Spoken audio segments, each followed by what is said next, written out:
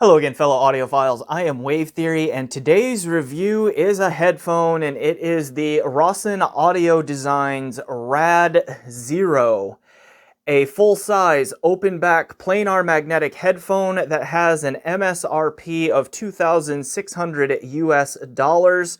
I will put a link to where you can order one of these in the description down below if that is of interest to you after hearing this review. This unit was a loan from a friend of the channel. I have no affiliation with Alex Rosson or Rosson Audio Designs. They have no knowledge that I have this or that I'm doing this review. So all thoughts and opinions on this that you are about to hear are mine and mine alone. So let's get into shameless self-promotion, and then we will come back on the other side and dive into the review of the RAD-0. Hey, thanks for watching this video. Please remember to hit that like button, and if you haven't, please subscribe. Also, I have a Patreon set up so that you can help support me on a monthly basis, and I've set up a PayPal donation so that you can help me out in that way too if a monthly subscription does not make sense for you. Links for all of that, including the benefits, in the description below. Please check those out. All right, on with the show. As I have mentioned before on this channel multiple times, I do my best to try to avoid watching others do reviews of products that I either will end up reviewing or will likely end up reviewing in the near future, just because I don't want to color my opinion until I get my own ears on it and have my own honest and fresh take on it. Now, with some pieces of gear, it's hard to exist in that vacuum. Like, there are just some pieces out there that the instant they launch, there is a buzz about them on the forums, on YouTube and all that, and I open my YouTube app and I look and I can just see in the titles of a lot of videos and all of that, like, you know, here's this new piece and it's the best blank ever, whatever product category it is going in the blank there. And so there are just some pieces where the buzz about them is part of the story, and it just, you know, can't help but influence my opinion somehow and all of that. Although I guess I do have somewhat of a reputation for derailing hype trains. But this piece is a little bit different. This piece stands out to me here. The Rosson RAD-0 stands out to me as being a headphone that is just simply not talked about a lot. It's a thing I have heard of. I know it's been around a while, but I just didn't really know much about Rosson Audio Designs or the RAD-0 really until this piece got here and I started listening to it on my own. Now, measuring the buzz and how much people talk about a product can be a little bit tricky. In our hobby, we have this really giant website and forum we call Headphone. Okay, and so to just kind of get an idea of how much this headphone has not been talked about, let me just share a few numbers. The primary RAD-0 forum on Headphone was launched April 30th, 2019. It has a total, at least when I looked this up here a couple of days ago, for context, today is May 17th, 2023 as I film this, so I looked this up around May 15th of 2023.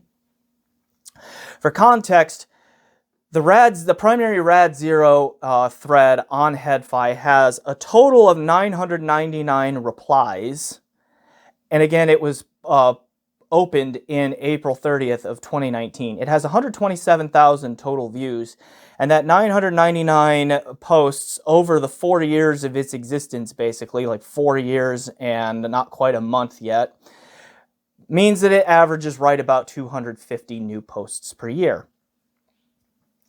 Contrast that with something like the Focal Clear, okay, which does get talked about a lot. The OG model anyway. That thread was created on October 1st, 2017.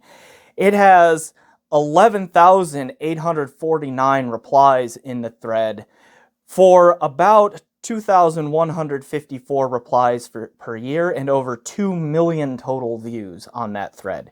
The Sennheiser HD800S, harder to track here because it has a lot more threads, but the biggest one that I found was published or started on January 19th, 2016. It's got 7,818 total replies for a little over 1,000 per year, and it has over 1 million total views. So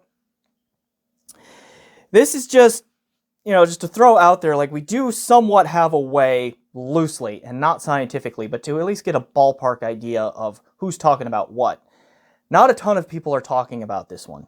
So that was in my mind when I looked this up and saw that this was launched in 2019. This model was launched in 2019 and all of that. And it just hasn't garnered much of a following. Why? Okay, that's a question that I had. And so we will dive into that here in this review too. So let's get to it, the build, the features, the sound, all of that kind of stuff as we get through this review here. So I did not know this at first, but Alex Rosson was part of the early Audeze team, right? I think he was part of the company at its founding, and he was part of the design team that developed the old LCD2, which I have my LCD2 Revision 1 pre-phaser here. This thing is ancient, has been around a very long time, and I pulled that down for this review here, for which I will explain here in a little bit why and how that fits in. And then somewhere in the mid-2010s or so, Alex Rosson left Audeze, started his own company called Rosson Audio Designs, and this was the first unit, okay, the first model that launched from that new company. And you can see the Audeze influence in its design, right? Like, it has the LCD series, like, bulk to it. It has the round cups. It's got the general shape. It has like a different grill work to it and all of that. And it uses resin for the cup material, which comes in its own unique pattern. So, I mean, each one of these is customizable and is unique in its build and in its pattern here, which does come with a pride of ownership and all that. I mean, it is overall like a well-built unit and all of that, and visually striking in a good way, in my opinion, all of that. So, but it comes with both the pros and the cons of the Audeze LCD series build in terms of it's big, it's bulky, and it can have some comfort issues. In particular with this headband here, you only get this padding right here. I would get a hot spot on the top of my head fairly quickly when using this headphone. So it's big and it's heavy like an Audeze LCD series, and it also does not distribute that weight particularly well. So I'm thinking that a lot of people will experience comfort issues with these things. But otherwise, we have 66mm planar magnetic drivers in here with a rated impedance of 29 ohms. And while Rosson Audio Designs does not give this spec on their website, you can look around the web and see that it has about a 98 decibel per milliwatt sensitivity.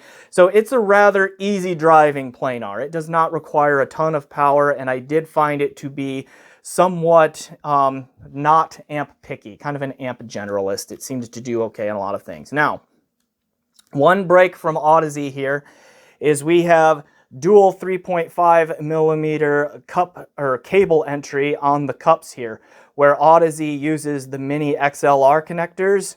Okay, so that's different here. Now, these 3.5mm jacks are recessed and the openings are not particularly large in diameter. So if you're going to use an aftermarket cable with this thing, you're going to have to be careful and get one that is specifically designed to fit in these openings. You need a really narrow barrel connector to get in there. So that could be an issue and something that you need to be aware of. The stock cable isn't too bad though, okay, which I don't have out here to show you, but it's not terrible. Okay. And then it also comes in a hard shell Pelican case, which I won't hold up here because I think everyone basically knows what those look like anymore, and so forth. So it comes with a fair amount of accessories too. And again, it bears repeating that like there are a bunch of different colors and patterns you can do on these resin cups here. And so there is, and you can also get like an all chrome instead of black, matte black here on the gimbals and like just the headband and all of that, just to get a really bright, like really striking aesthetic headphone.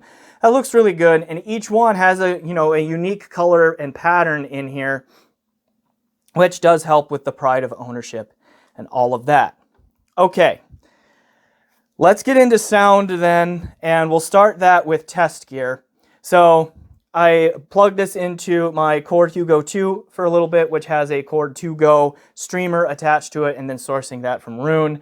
And then I also used the LTA MZ3 tube amp to drive this, and my Bioelectric HPA V281 headphone amp.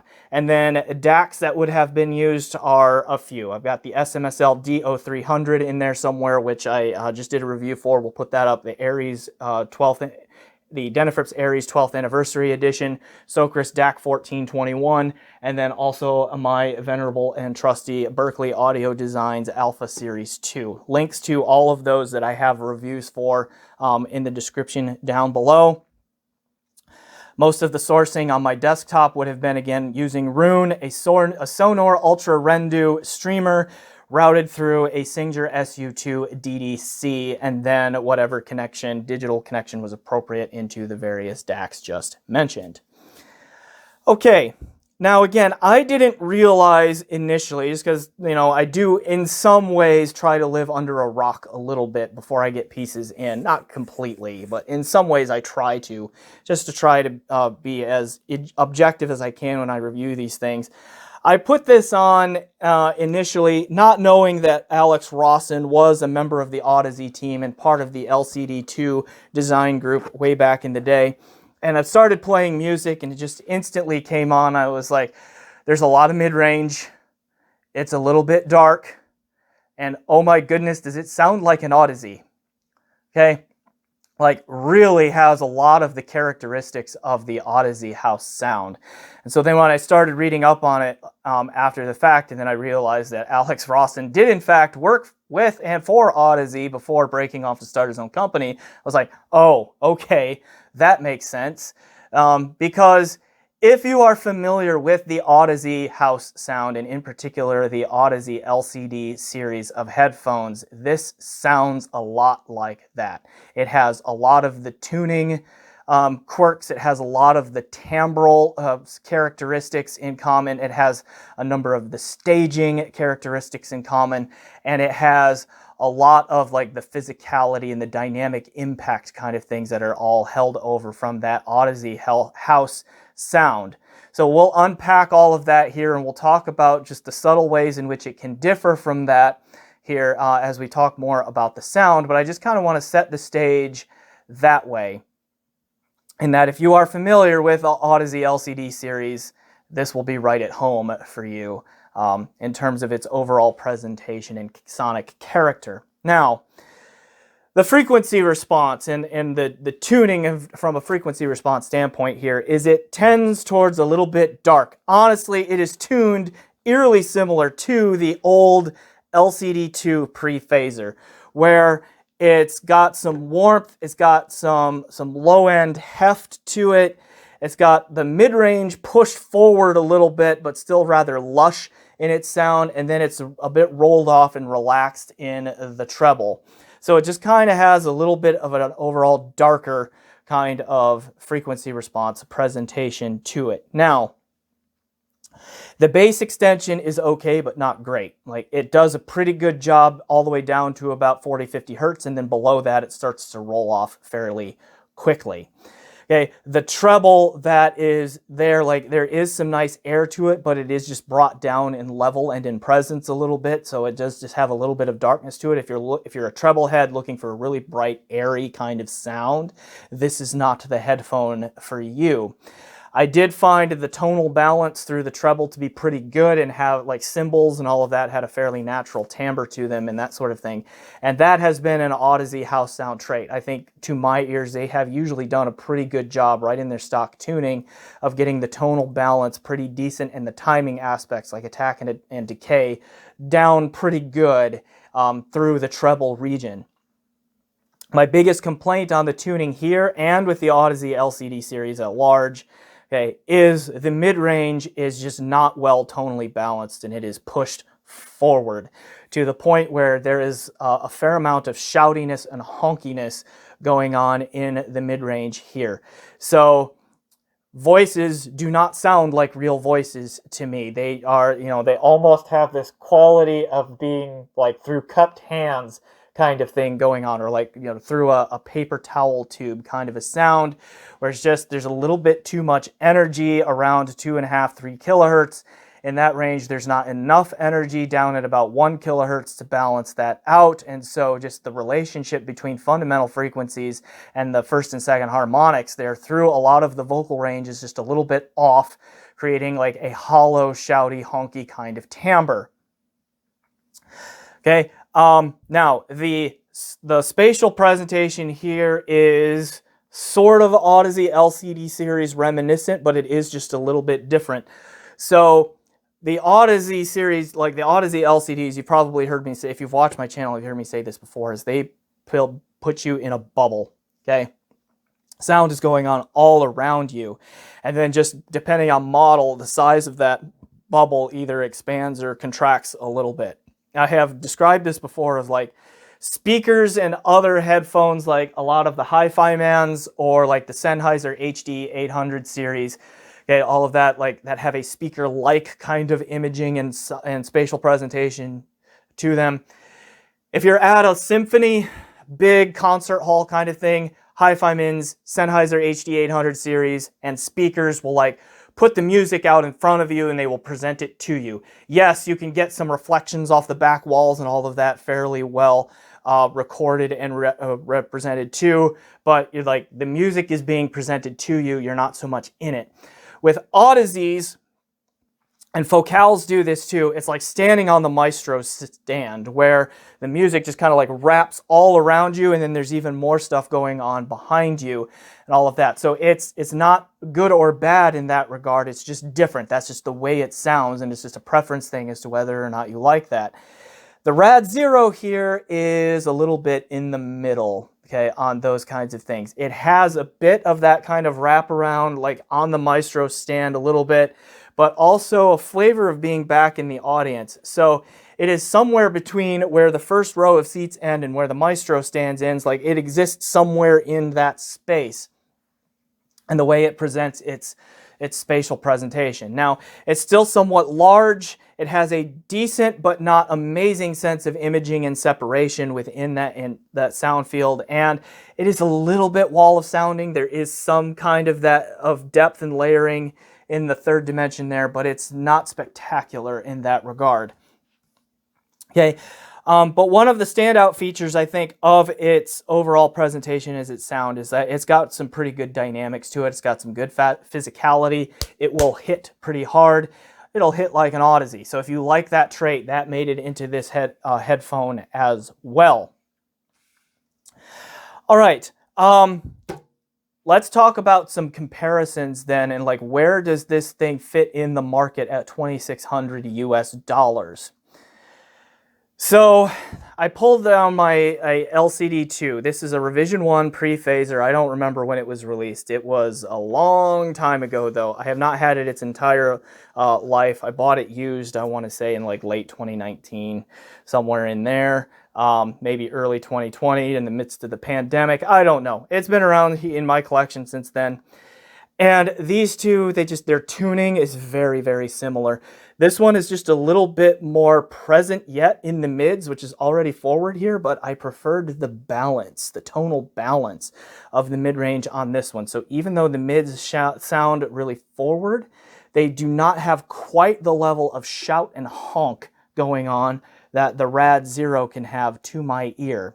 Now, the treble detail on this one and the overall resolution and all of that here is higher on the RAD-0. It's a more resolving headphone. It's a more refined and defined sound than the old LCD2, which we should expect given that it's more than twice as much money and it's several years newer in its design. Okay, but I bring out the old LCD2 to just kind of tell you there are just a striking similarity in the overall sound and presentation between these two, even though this one is a technical step or 2 or 3 up from that. Okay, at $2,000 US, we have this one up here. This is the Hi-Fi Man HE1000 V2 Stealth Magnet Edition, which really needs a shorter name. Hi-Fi Man, come on, okay?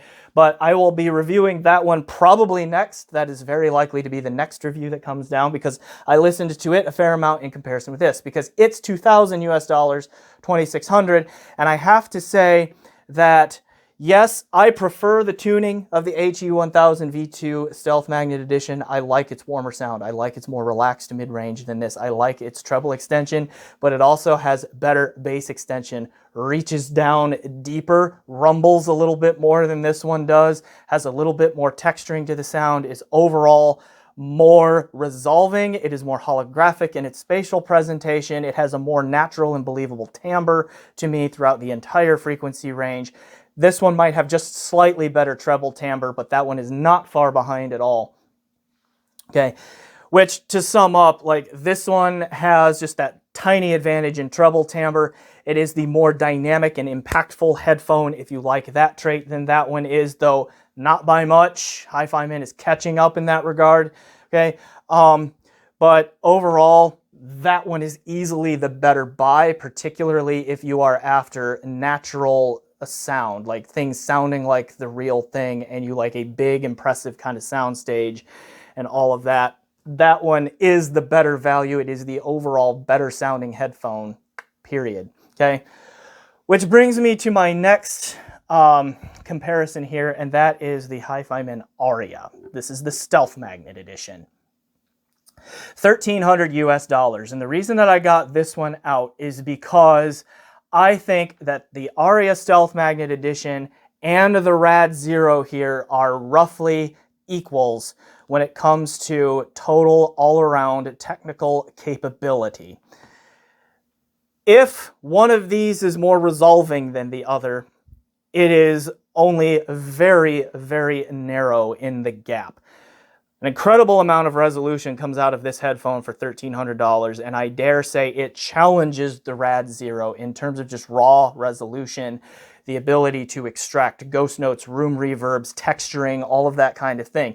This one to me has the more believable and coherent spatial presentation, okay, over this one. It has the more neutral and natural frequency response tuning going onto it, where the timbre ends up being better as a result. Also has good attack and decay in the timing aspects of timbre, so voices sound more like the real thing, pianos sound more like the real thing, etc., etc., etc. on this headphone.